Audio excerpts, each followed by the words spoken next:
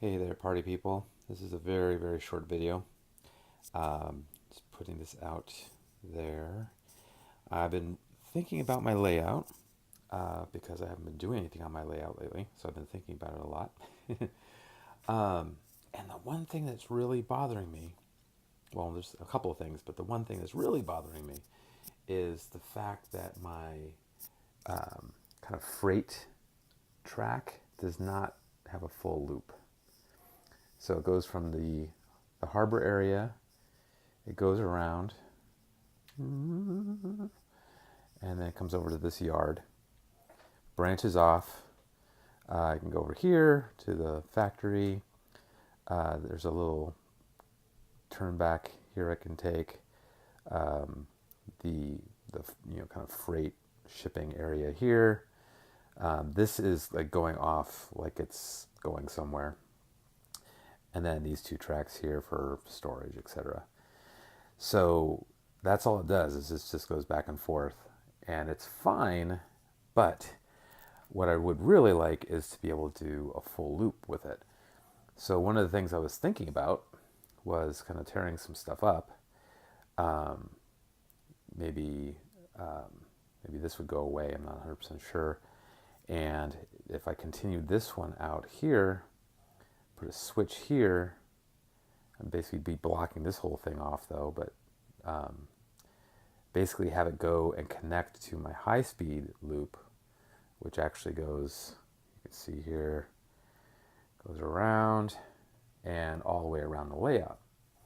So essentially I could do some switching of the high-speed rail, which is this outside one, and then I would be able to actually, I could load up a train, you know, take it back and then take it onto the high-speed rail, take it around a couple of times, and then come back in on it.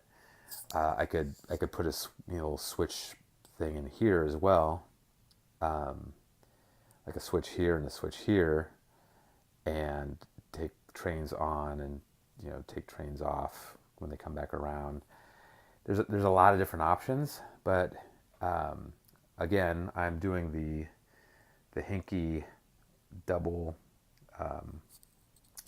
double power for separating each track. So this is my freight and this is my high speed. I could just remove one of these options and have it all run off one power pack with some additional feeds. That's another option as well. So this is something I've been thinking about. I think putting in switches here would be the less volatile situation. And it would be kind of fun to be able to load up trains here, then run them, throw the switch, run them onto the high speed, because I have this siding here, and I have another one back there where the next is right now. So I could pull those trains off and then run the freight around in a full loop. The other thing I was playing around with was trying to take this area here, kind of chopping this all up, having some kind of helix situation, and it's just like, no, that's insane. So the least impact would be to put in some switches here, and that'd be interesting. I just don't know if it would even. I tried doing something at one point where I had this connected, I think, and it was killing my power off. I'm not 100% sure why it was doing that. So that's the risk, I guess, is if I do put in switches here and run everything off one, then I just have to kind of plan that out a little bit and maybe put in some additional feeders or something, which is going to get tricky in and of itself. So I don't know. Maybe I should just stick with what I have and call it good. So if anyone has any comments, that would be fantastic. I'd be interested to know what you're thinking. I'm also electrically impaired. I don't get it.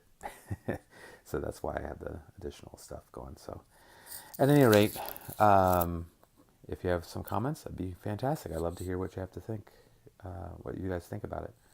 I will talk with you soon. Thanks.